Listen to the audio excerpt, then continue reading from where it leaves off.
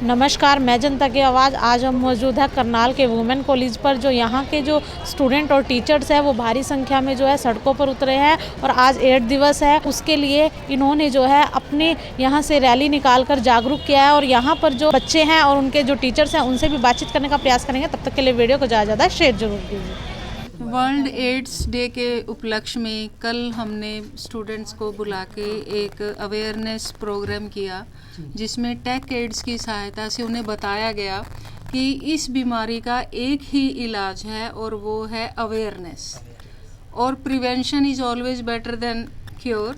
तो इसलिए जो भी बच्चे हमारे यहाँ पर आ रहे हैं वो अपने आसपास के माहौल को या आसपास के जो भी लोग हैं जो कम भाग्यशाली हैं, जिन्हें नहीं पता इन चीज़ों का, तो वो उन्हें भी अवेयर करें कि छोटी छोटी चीज़ों को ध्यान में रख के कि किस तरह से यूज्ड नीडल्स को ना यूज़ किया जाए, या फिर ब्लड जब चढ़ाया जाता है किसी को तो उसकी भी जांच जो है उसकी रिपोर्ट देखी जाए कि इसमें किसी तरह की कोई दिक्कत तो नहीं है। तो अवेयरनेस ही एक इसका इलाज है।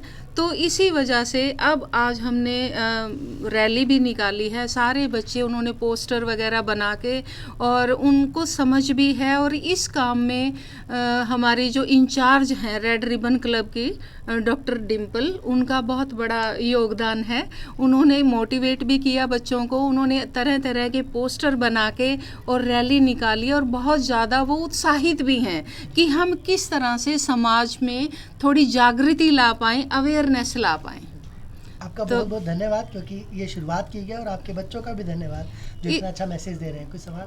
इसके अलावा भी हमारे और भी प्रोग्राम चलते रहते हैं रेड रिबन क्लब में। आज़ादी का अमृत महोत्सव, उसमें भी हमने काफ़ी प्रतियोगिताएं कराई, कॉम्पिटिशन्स कराए, बच्चों को अलग अलग तरीके से अवेयर किया गया। रैलीज तब भी निकाली थी। एनसीसी एनएसएस के बच्चे भी हमारे साथ ही थे।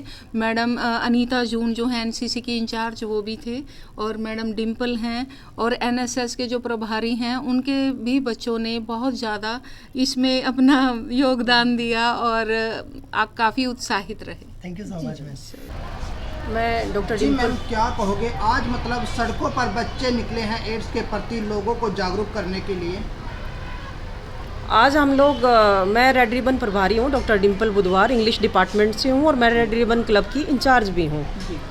पूरे साल हम लोग चीज़ें एक्टिविटी करते रहते हैं, लेकिन हम आज वर्ल्ड एड्स डे मना रहे हैं ताकि हम एड्स के खिलाफ बहुत सारे बच्चों को जागरूक करेंगे कि ये इतनी भयानक बीमारी है जिसका एक ही इलाज है कि इसकी जानकारी बचाव है। क्योंकि इसका एक बार आपको किसी को भी एड्स होती है तो आप उसका वायरस से पीछा नहीं छूट सकता आपका, लेकिन अगर आप जागरूक रहोगे तो आप इस बीमारी से बच सकते हैं।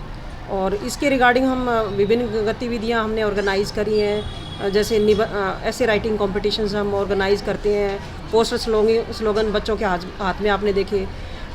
हमने ट्री डेकोरेशन भी कराया, रेड बैलून हाथ में लेकर के रंगोली बनवाते हैं। और इस तरीके से एक 1097 रोल नंबर है, टोल नंबर है, जिसको हम बार बार प्रमोट कर रहे हैं। आप देख पाते हो कि हमारे कॉलेज में भी आपने ये 1097 को देखा है। अगर आप इस नंबर पे क्लिक करते हो तो आपको बहुत सारी इन्फॉर्मेशन मिलती है। और हम बच्चों को ये भी कहते हैं कि अगर कोई आपको समाज में या कोई रिश्तेदार इससे पीड़ित हो जाता है एड्स से, तो एक गवर्नमेंट फ्री में मेडिसिन दे रही है उनकी सुपरविजन में, जहाँ टेस्ट भी मतलब नहीं बताया जाता कि टेस्ट हुआ है, तो इसको बचाव के साथ साथ ठीक भी करा जाता है कि ताकि जो पीड़ित है, जो विक्टिम है, जिसको एड्स है, वो ठीक भी होता रहे और वो समाज में भी उसकी बात ना आए। जागरूक नहीं है जनता, इसी वजह से शिकार होती जाती है।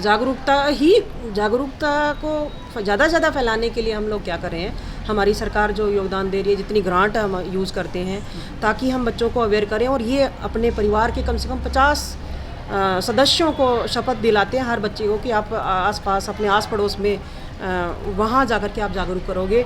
3 चीज़ें हम बेसिकली कहते हैं कि कई बार जैसे खास तौर पे गाँव में क्या होता है, बच्चों को लोगों को जानकारी नहीं है, वो एक ही सिरिंज को यूज़ कर करके सारे गाँव को प्रभावित कर देते हैं। तो डिस्पोजेबल सिरिंज का इस्तेमाल होना चाहिए।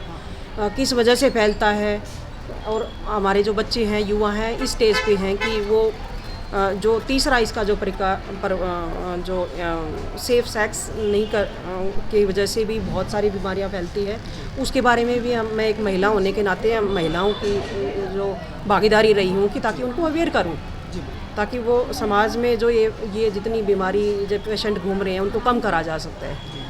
और ये भी बताया जाता है कि ये किसी के एड्स हो जाती है तो उसको समाज से दूर नहीं करना, उसको हमारे बीच में ही रखना है, लेकिन उसको बचाव करा जा सकता है मेडिकेशन के द्वारा, दवाइयों के द्वारा।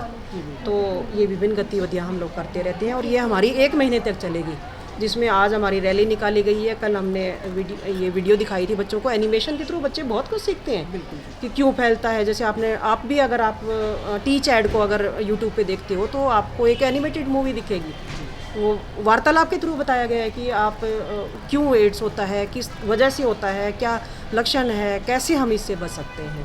कल हम आने वाले टाइम में भी जैसे हम लोग निबंध प्रतियोगिता करेंगे, रंगोली करेंगे, हम कार्ड मेकिंग करेंगे, वॉल पेंटिंग करेंगे दीवारों पे कि किस तरीके से इसकी मतलब हमारी ये कोशिश है कि हर बच्चा जागरूक रहे। आज हमने जैसे रैली के थ्रू आसपास के लोगों को जागरूक करा है।